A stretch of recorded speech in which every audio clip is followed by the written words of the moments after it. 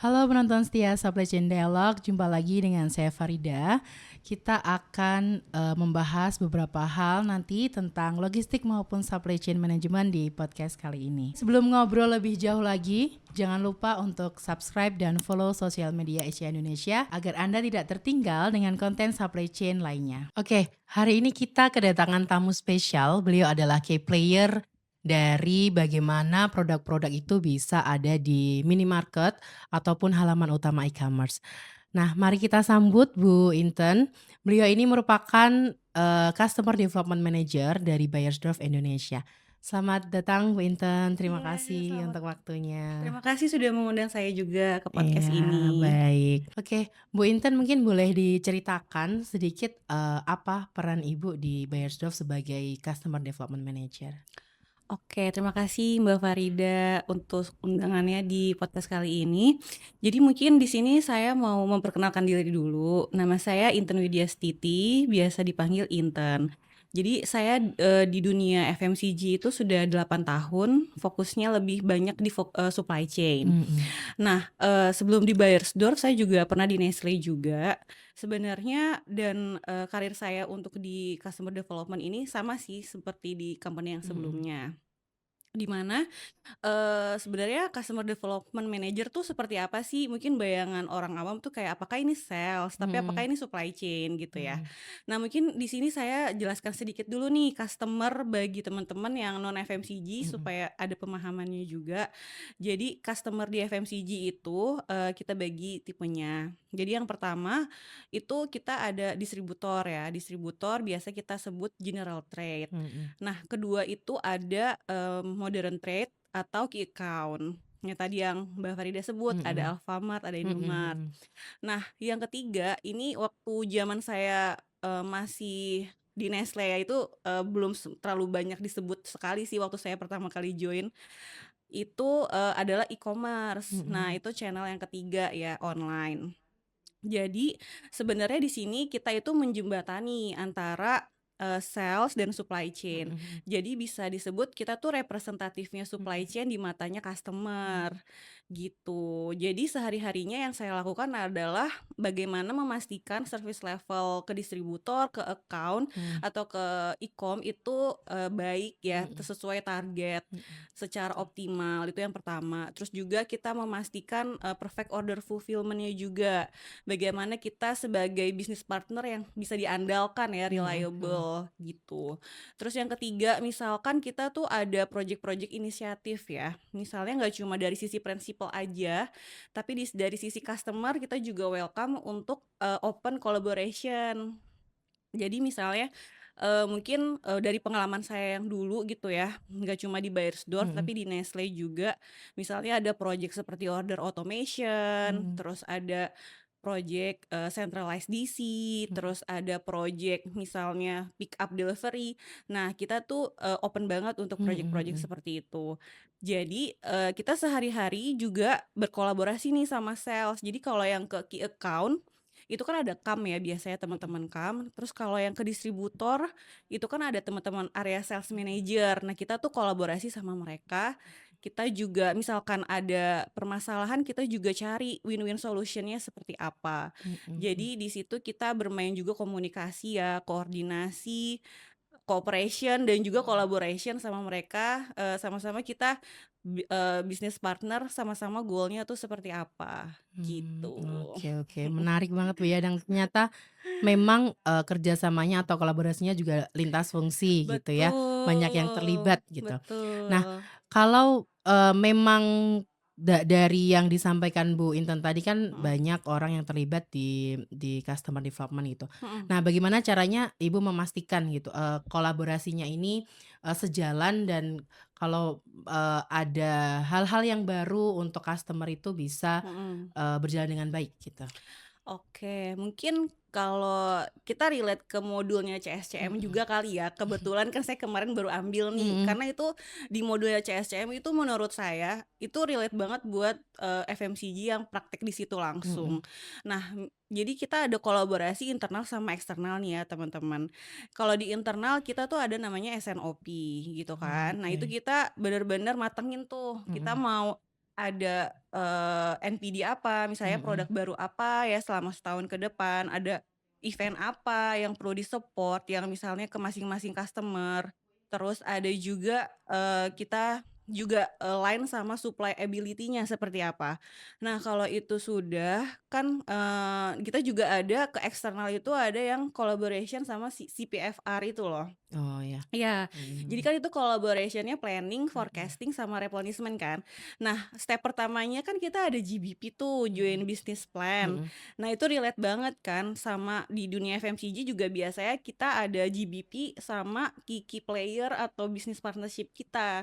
Misalnya tadi seperti yang disebut Mbak Farida ya, ada sama Indomaret, Mhm. atau Alfamart. Nah, Mhm. itu kita, ada CPFR-nya di situ. Jadi kita di GBP itu kita introduce apa nih selama setahun ke depan, planning-nya apa, misalnya ada produk baru di Mhm. bulan-bulan apa aja, atau misalnya ada event running nih, Mhm. hijab run Mhm. misalkan, Mhm. atau ada event yang lain. Nah, kita juga komunikasikan nih ke customer, jadi mereka juga udah expect dan ngebuat hype-nya dulu, semangat nih Oh, kita oke, iya, partneran tuh heeh heeh. nggak cuma ini aja loh, tapi Mhm. ya ada sisi komersialnya biasanya Betul betul. di apa namanya, dibawakan oleh teman-teman marketing dan Mhm. sales. Nah, dari sisi operation-nya ngapain, kita juga bisa bawain, bagaimana kita bisa meng-improve service level, bagaimana kita memastikan stoknya tuh available saat Mhm. memang event itu berjalan, saat Mhm. memang ada produk itu launching. Karena Mhm. semua planning yang udah dijembrengin ya Mhm. sama tim komersial, kalau dari sisi operation yang nggak support, ya nggak bakal Iya, terjadi betul gitu kan betul. intinya. Iya. Itu sih, kita berperan di Mhm. situ. Jadi Mhm. ya dari eksternalnya tadi ya si PFR, internal kita juga ada SNOP tiap bulan untuk Mmm, memastikan, oke oke oke. masih sesuai forecast-nya nggak Mhm. nih, Mhm. masih sesuai Mhm. ketinggian atau kerendahan, atau masih on plan nggak event-event atau produk yang mau di-launching Oke. gitu. Mhm. Oke. Nah, kalau misal Bu, misal ada launching produk baru nih, misal Mhm. katakanlah di Indomart atau Alfamart atau misal di Watsons juga Mhm. memungkinkan Bu ya Iya ada ya, nih. mhm. Nah, lika-likunya seperti apa sih Bu? Adakah misal, strategi baru yang harus Mhm. dilakukan atau seperti apa gitu? Saat produk launching ya, Mbak? Iya betul. Oke, biasanya kalau produk launching itu kan kita sebut NPD ya, New Mhm. Product Development. Nah, pasti saat kita join business plan itu, kita udah info nih dari awal akan Mhm. ada launching produk ABC di beberapa bulan ini nih, misalnya di Mhm. Q1, Q2, Q3, dan seterusnya. Dari situ, sebetulnya kita juga udah ada alignment dulu ya secara internal, dan itu kolaborasinya pasti sama tim di SP, Mhm. demand supply planning, Mhm. terus sama trade marketing-nya juga. Mhm. Trade marketing itu tim sales yang memikirkan, consumer atau shopper tuh, strateginya mau apa nih, gitu. Jadi, ada mau produk apa, Mhm. launching di key account mana nih, Mhm. gitu. Nah, itu mereka yang akan memikirkan itu, dan juga, nanti formulasi forecast-nya sendiri di SNOP. Mhm. Jadi, udah ketahuan nih kira-kira nanti baseline-nya segimana ya, untuk pertama kali pipeline nih butuh berapa sih kuantitinya, Mhm. udah listing ke account yang mana aja. Mhm. Karena kan kalau misalnya sebagai contoh tadi ya, di Alfa dan Indo itu kan outlet-nya banyak Iya, banget kan heeh. ya, Mbak. Kita tiap pengkolan ketemu nih, Mhm, ya bener. kan, atau seberang-seberangan atau kiri Mhm. kanan. Nah, itu kita estimasiin satu toko tuh butuh berapa Mhm. karton, terus di Mhm. total senasional berapa. Nah, itu nanti yang akan diformulasikan output-nya menjadi master production schedule. Jadi Mhm. kita Mhm. buat, kira-kira untuk batch pertama produksinya berapa dulu Mhm. nih, Mhm. terus nanti alokasinya apa, ke SAT, kita sebut Alfamart SAT ya, Mhm. atau IDM Indomaret itu masing-masing berapa. Nah, Mmm. itu udah ada pembagian-pembagiannya untuk first Mhm. Mhm. pipeline, gitu. Mhm. Itu juga forecast-nya ya kita dapat dari customer juga sih Mhm. melalui Mhm. CAM, gitu. Oke. Mhm. Oke, kalau misal, peluncuran produk baru itu Bu, apakah ada, treatment tersendiri misal Mhm. di Jawa dan di luar Pulau Jawa gitu? Iya. Misalkan mungkin saja karena di Jakarta misalnya karena memang ibu kota dan mungkin dari demand-nya itu akan lebih banyak, apakah, ada treatment sendiri, "Oh ini nanti dari jumlahnya mungkin akan diperbanyak atau mungkin didahulukan untuk, Mhm. launching-nya dibanding kota yang lain atau seperti apa? Oke, mungkin kita tuh kan pengennya kalau kita ada NPD kita mau launchingnya serentak Mhm kan sebenarnya, mhm goals-nya. mhm Jadi kita udah strategi nih misalnya dari 3 bulan sebelum, kan, dari SNOP itu nanti kan akan ada output-nya ya tadi mhm volumenya itu masing-masing pembagian kuantitinya seperti apa. Nah misalkan kalau misalnya DC-DC-nya SAT atau IDM itu kan banyak banget ya, ada tiga mhm puluhan mungkin, 30 sampai mhm 40 senasional. mhm mhm. Jadi, mana nih yang terdekat dari DC kita? Oh Heeh, gitu, jadi yang heeh, terdekat misalnya masih di area Jawa, mhm, itu, mungkin bisa dikirim M-1 ya mmm, buat mhm kirim ke sana, buat sebelum mereka first PO nih mhm. si SAT-nya. Terus kalau misalnya area-area yang di luar Jawa itu biasanya kita ada alokasinya tuh 2 bulan sebelum. Oh, Untuk oke, nyiapin di sana mhm, udah ada barangnya dulu sebelum mhm customer-nya open. Nah, mungkin yang agak tricky juga nih ya, kalau misalnya NPD yang cukup menarik ya, pengalaman saya di Beiersdorf dan Nestle itu agak berbeda. Jadi kalau Beiersdorf itu kita kan bisnisnya adalah dari prinsipal, ada distributornya di tengah-tengah, lalu baru ke key account, misalnya tadi yang Mbak Farida tanya kan Indomaret, sama mhm SAT kan. Nah, kalau di Nestle kan direct. mhm Nah, jadi di sini adalah tantangannya, kita tuh harus memastikan udah fulfill dulu ke distributor. Jadi mhm kalau yang tadi saya bilang, misalnya DC-nya SAT atau IDM itu di Jawa, nah mhm berarti kan di distributor yang serve itu, mhm. ya sama si tetep si konsepnya adalah Nah, M+1. oh, Tetap, M1, 1 bulan sebelum mhm barangnya udah ada sebelum mereka buka PO ya.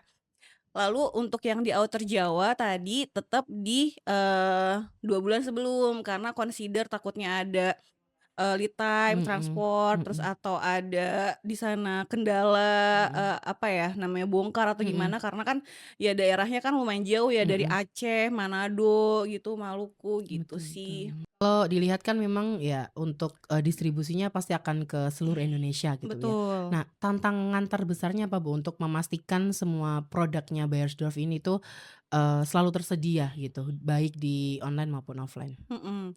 Oke, mungkin kita bisa bedain dulu nih ya, kalau Mhm. misalnya di offline kita tuh orang kan pasti harus ke tokonya dulu nih, "Oh Mhm, ya nih betul. barangnya ada di sini," Iya. menarik terus kita lihat nih, "Oh ya Mhm packaging-nya kayak gini mhm kira-kira," atau ada sampelnya, mhm "Oh kayak gini ya teksturnya," gitu mhm kan. Berarti kan nah tantangannya kalau offline tuh itu, jadi kita harus memastikan barangnya di rak tuh tepat waktu gitu. mhm Nah tapi kalau di online itu kan platform, mhm jadi, ya biasanya launching-nya tuh agak lebih cepet tuh, dia duluan mhm mulainya. mhm Karena kan kalau kita di platform, sebagai kita end user gitu mhm ya, "Oh ya barangnya kayaknya menarik nih," tapi kan baru visualnya aja. mhm Mau order, tapi misalnya itu ada PO pun, misalnya ada PO berapa hari ya mhm sebelum, kan customer udah expect gitu loh. mhm Kita sebagai konsumen udah expect, tapi kalau di offline itu karena kita harus memastikan barangnya udah ada di rak dulu, jadi mhm. kita datengin barangnya yang tadi Oh saya ya, ceritain betul. kan. Mhm. Jadi lead time-nya lumayan panjang Mhm nih dan mhm. preparation-nya lumayan lebih matang duluan. Jadi Oh, kalau yang oke. tadi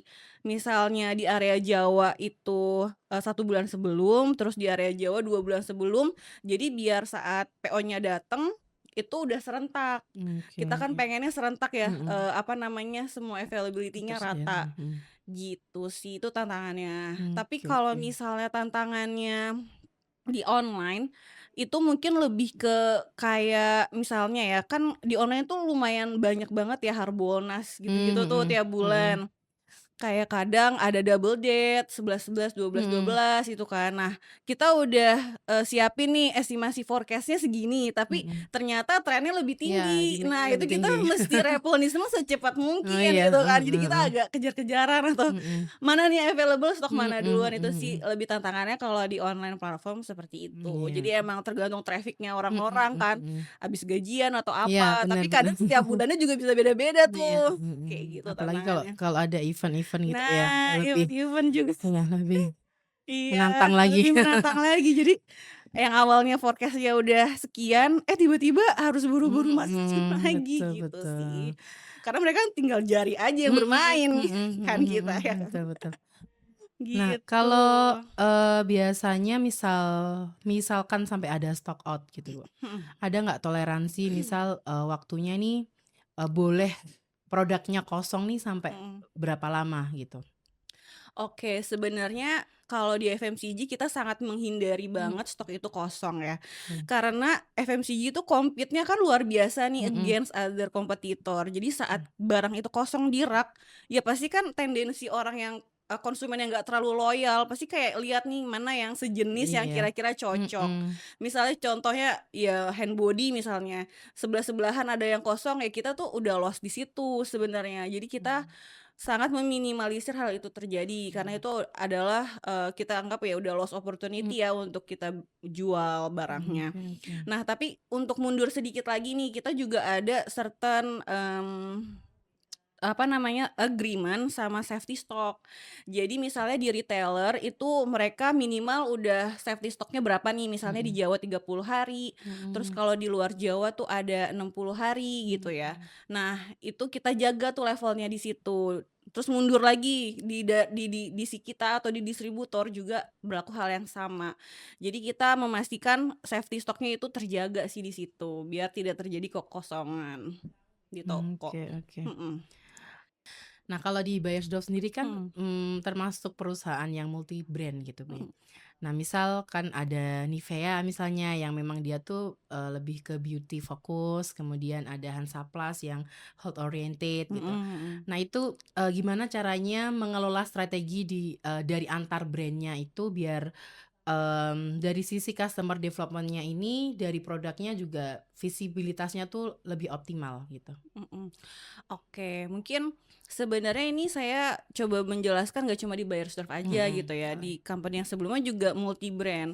Nah, sebenarnya cara, best practice-nya sebenarnya kita sama ya, karena kita ngomong sama buyer masing-masing account nih, key Mhm. account, mereka kan pasti juga, apa namanya, sebenarnya sama, untuk brand-nya sama, kalau dari sisi supply chain ya, Iya, heeh. karena saya kan dari supply chain. Mhm. Mungkin kalau misalnya point of view-nya dari marketing itu beda lagi gitu Mhm. ya, atau sales-nya. Tapi kalau point of view-nya dari sisi supply chain, kita menganggap, varian produknya itu sebenarnya sama. Mhm. Cuma, bagaimana cara kita me-fulfill-nya gitu. Mhm Mereka mhm. kan juga biasanya ordernya antar brand ada yang cenderung lebih tinggi yang A atau lebih kecil yang B gitu ya. Mhm. Kita biasanya juga kalau mengirim barangnya tuh combine, nggak sendiri-sendiri. Oh. Jadi satu PO tuh udah multi brand. Oh, I Karena see. ya kita kan cari cost efisiensi Mhm ya, mhm. Bu.